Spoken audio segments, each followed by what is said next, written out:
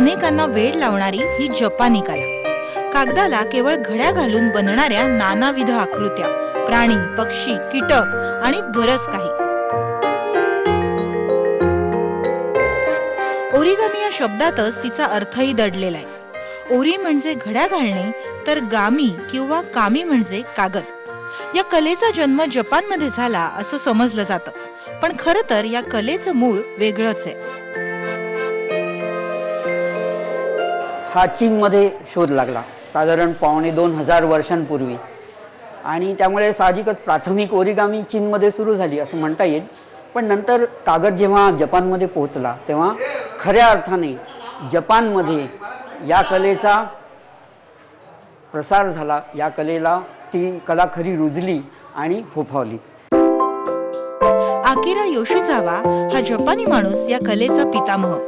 मूळच्या इंजिनियर असणाऱ्या आकिरांनी प्राण्यांच्या आकृत्या चक्क कागदात घडवल्या। कागद थोडा ओला करून घड्या घालण्याची पद्धत, ज्याला वेट फोल्डिंग म्हटलं जातं, ती पद्धत योशिजावा यांनी शोधून काढली। जपानी संस्कृतीतही या कलेला मानाचं स्थान मिळालं, ज्याचं उदाहरण म्हणजे हा कुसुदामा। याच्यात विविध वनस्पती ठेवून जपानी लोक हा कुसुदामा घराबाहेर टांगतात, वाईट प्रवृत्तींपासून घराचं आणि घरातल्या माणसांचं रक्षण व्हावं म्हणून। ही सवय थेट आपल्या भारतीयांसारखी। जगभरात माणसं इथून तिथून सारखीच असं म्हणतात ते काही वेगळं नाही। भारतात या कलेचा प्रवेश झाला तो 1981 मध्ये। साधारण 1980-81 च्या सुमारास या कलेच्या प्रसाराला भारतामध्ये एक संघटित असं स्वरूप आलं, आणि गीताबेन काटावाला आणि पुण्याच्या इंदुताई टिळक या दोघांनी एक संस्था स्थापन केली, ओरिगामी मित्र। म्हणजे आज ती संस्था 35-36 वर्षांची आहे। या संस्थेतर्फे हे प्रसार प्रचाराचं काम केलं जातं। कला जेव्हा देशाच्या सीमा ओलांडते तेव्हा ती त्या देशाचं रंगरूपही घेते, आणि याचंच उदाहरण म्हणजे हा गणपती। आपण पाहू शकतो की हा गणपती केवळ कागदाच्या घड्या घालून बनवण्यात आलाय, आणि हा बनवलाय मुंबईच्या कमलेश गांधी यांनी। 1990 मध्ये मी फर्स्ट एक्झिबिशन केलं, तेव्हा इंदुताई टिळक होत्या आणि गीताबेन कांटावाला, आणि आम्ही बरेचशा 15-20 माणसं होती। तेव्हा इंदुताईंचा पण एक गणपती आहे, त्या गणपतीवरून मी प्रेरणा घेऊन मी माझं स्वतःचं डिझाईन एक निर्माण केलं। पण तेव्हा हा जो गणपती आहे त्याचा जो स्टमक आहे तो अगदी फ्लॅट होता, आणि आमच्यातले मित्र माझे म्हणजे अनिल अवचट, त्यांनीच हे कमेंट केली की अरे कमलेश, तुझा गणपती उपाशी दिसतो आहे, तर तू ह्याच्याबद्दल काहीतरी कर। Then I started working on it, आणि एक 2-3 वर्ष असंच पुढे पुढे इम्प्रूव्ह करत गेलो, आणि then around in 1999 I came out with this design. And then afterwards I had put it on internet. बरेचशा लोकांनी ॲप्रिशिएट केलं, आणि वर्ल्डमधून कॉम्प्लिमेंट्स मला मिळाल्या की अगदी सिम्पल टू फोल्ड आणि व्हेरी एलिगंट। आणि नंतर एक जॉन मॉन्ट्रोल म्हणून USA मध्ये ओरिगामी क्रिएटर, आणि is a tremendous creator folder, तर त्यांना एक पुस्तक काढायचं होतं ओरिगामी वर्ल्ड वाईड। तर then he sent me a mail की तुझा गणपती मला माझ्या पुस्तकमध्ये इन्क्लूड करायचा आहे, तर तू परमिशन देशील का? मी म्हटलं that is my honour, I am honoured by your asking this question, you are most welcome.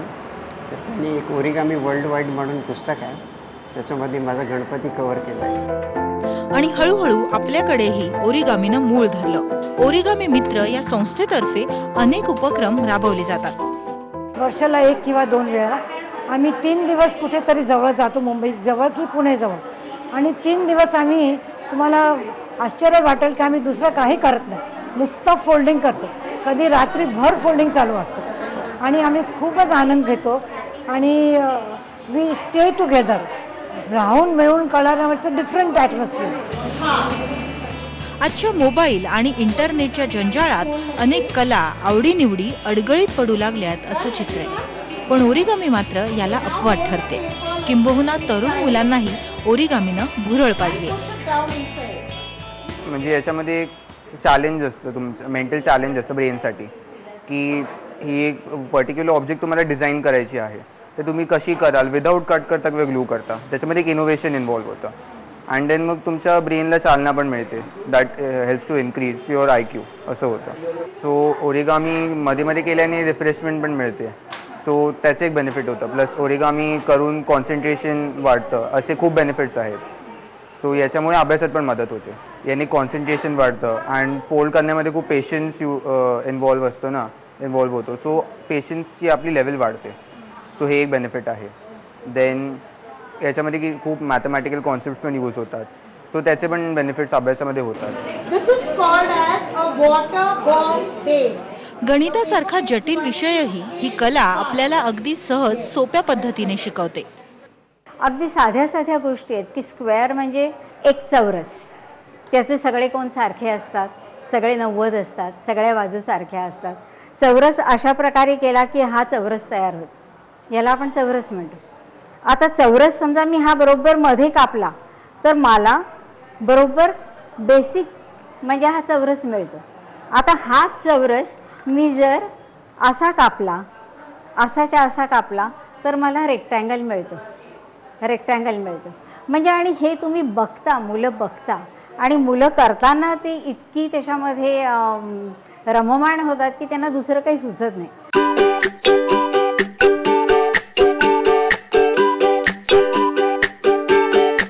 एक कला अनेकदा दुसऱ्या कलेशी हातात हात धरून फेर घालते असं म्हटलं जातं. असंच नातं आहे ओरिगामीचं आर्किटेक्चरशी.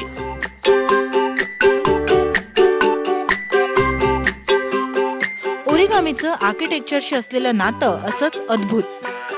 आर्किटेक्चर फील्डमध्ये ओरिगामीचा वापर आपण जर बघितला तर बेसिक आता नवीन आपल्याकडे या स्मार्ट सिटीजबद्दल आपण बोलतो किंवा आपण जेव्हा म्हणतो की आपल्याला डिझास्टर मॅनेजमेंट प्लॅन्स पाहिजेत, आयत्या वेळेला भूकंप आहे, लोकांना शेल्टर उभं करायचं आहे, तर ओरिगामीचे जे असे काही गोष्टी आहेत जे कोलॅप्सिबल आर्किटेक्चर किंवा कायनेटिक आर्किटेक्चर ही टर्मिनॉलॉजी आम्ही वापरतो की तुम्ही गेलेल्या ज्या गोष्टी आहेत त्या फॅब्रिकमध्ये करायच्या आणि त्या ठिकाणी नेऊन पूर्णपणे उघडून तुम्ही तिथे ते इमिजिएटली बांधू शकता किंवा डिस्मॅन्टल करून दुसरीकडे घेऊन जाऊ शकता. तसंच रिस्पॉन्सिव्ह बिल्डिंग्ज आहेत, जे फसाड्स आहेत क्लायमेटप्रमाणे ती बदलतात. म्हणजे तुम्हाला जर डेलाईट जास्त पाहिजे असेल, कमी पाहिजे असेल तर तो कमी जास्त करणारे सेन्सर्स त्याच्यात बसवलेले असतात आणि त्याप्रमाणे कोणालाही काही ॲडजस्टमेंट न करता बिल्डिंगची फसाड्स जी आहेत ती ह्याच्याप्रमाणे ती उघडबंद होतात आणि लाईट कमी जास्त होऊ शकतो. म्हणजे इंटरॅक्टिव्ह फसाड हा एक टर्मिनॉलॉजी आहे, ती ओरिगामीमध्ये वापरली जाते. हा मेजर आर्किटेक्चरमध्ये आहे. त्याच्यानंतर हे जे एक्सपान्शन होतात की कोलॅप्स घेतलेली ट्यूब मेडिकलमध्ये स्टेंट म्हणून वापरतात. म्हणजे ती काही ठिकाणी तुम्हाला असतं की ती आतमध्ये जाऊन ती थोडीशी एक्सपांड व्हायला पाहिजे, तर जे काही मटेरियल किंवा असेल तर त्याच्यामध्ये ती वापरून म्हणजे ओरिगामीचे फोल्ड वापरून ती बनवली जाते आणि मग तिथे ती हवी तशी एक्सपांड होते. मटेरियल वेगळं असेल पण बेसिक त्याच्यातली जे आयडिया आहे ती ओरिगामीचीच आहे. आणि एक स्पेसमध्ये सुद्धा काही वेळेला ते एक्सपांडेबल सिलेंडर्स त्यांना हवे असतात, तर फोल्ड केलेले असतात, तिकडे गेल्यानंतर ते ट्यूब म्हणून एक्सपांड होतात. म्हणजे तुमची स्टोरेज स्पेस बरीच कमी होते कारण आपण फोल्ड करून घेऊन जातो आणि मग ते उघडले जातात.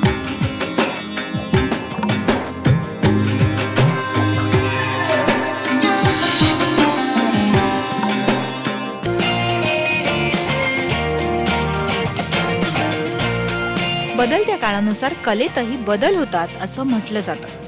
ओरिगामीही त्याला अपवाद नाही. काळानुरूप ओरिगामीतही अनेक प्रकार उदयाला आले, जसं 3D इफेक्ट देणारी 3D ओरिगामी, मॉड्युलर ओरिगामी, रिबिनींच्या सहाय्याने केली जाणारी स्नॅपॉलॉजी, कुसुदामा ते अगदी आताची ओरिबाना. जपानमध्ये पुष्परचनेच्या कलेला इकेबाना म्हटलं जातं. या इकेबाना आणि ओरिबाना मिळून तयार होते ती ओरिबाना. ओरिगामी मित्रच्या वर्कशॉप्सनाही चांगला प्रतिसाद मिळतोय, लहान थोर साऱ्यांचाच.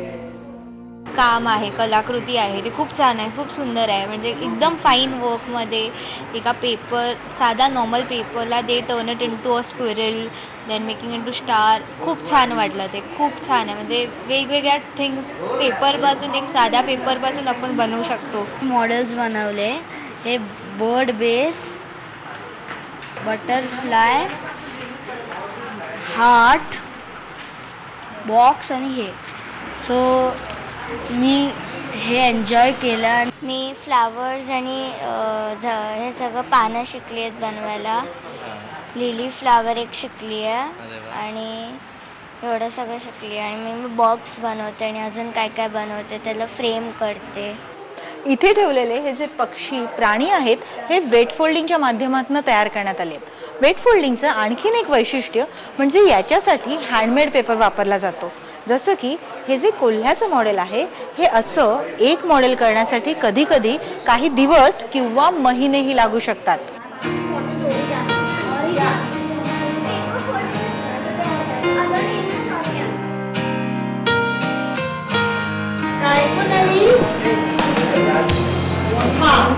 आणि हा जितका शिकवण्याचा विषय आहे तितकाच शिकण्याचा सुद्धा.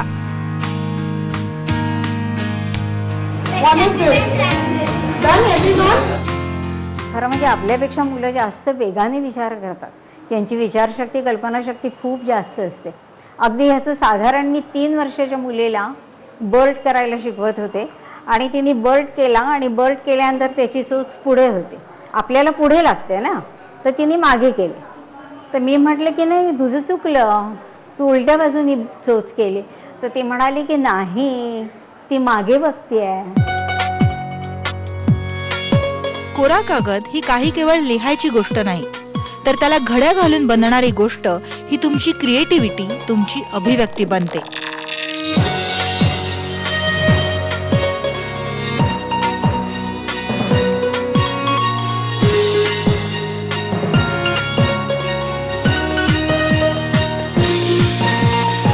कला ही जशी माणसाला आनंद देते तसेच त्याचे अनवट असे अनेक पैलू असतात जे नकळत आपल्या आयुष्याला आकारही देतात.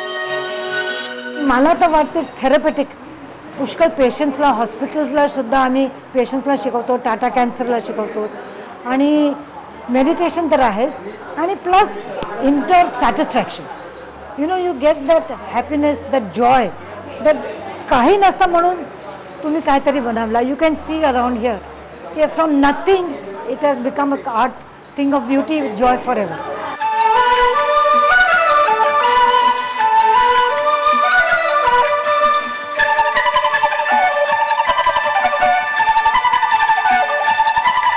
अशी ही कागदातून अवघं विश्व निर्माण करणारी कला.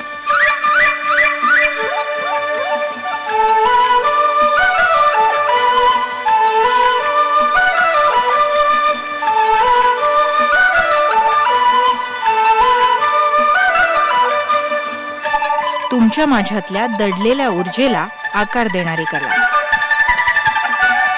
तर मग तुम्ही कधी शिकताय ओरिगामी?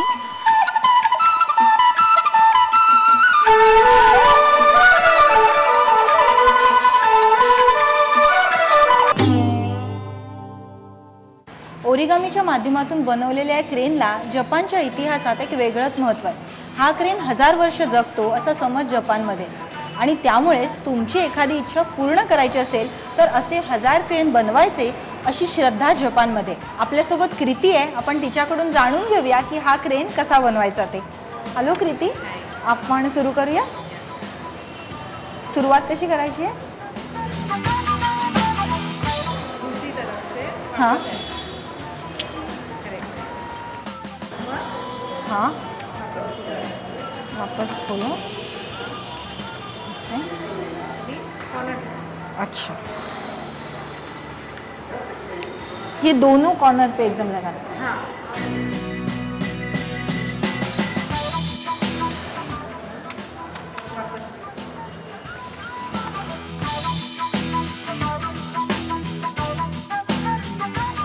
ठीक है.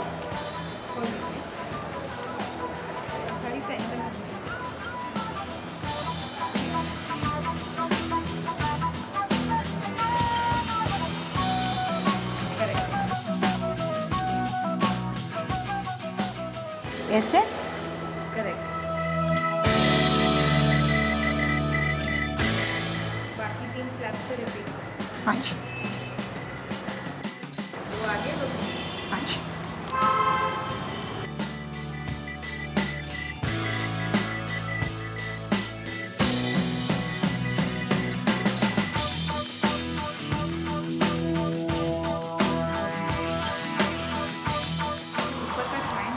हाँ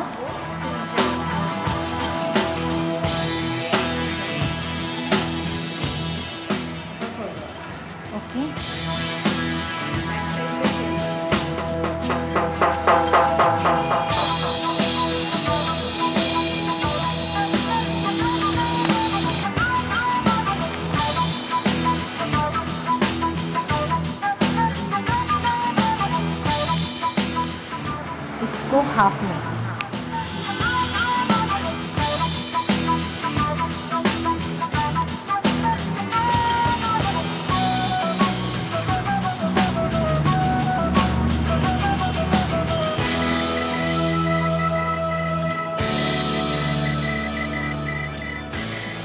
हाँ हाँ हाँ ऐसे बराबर है.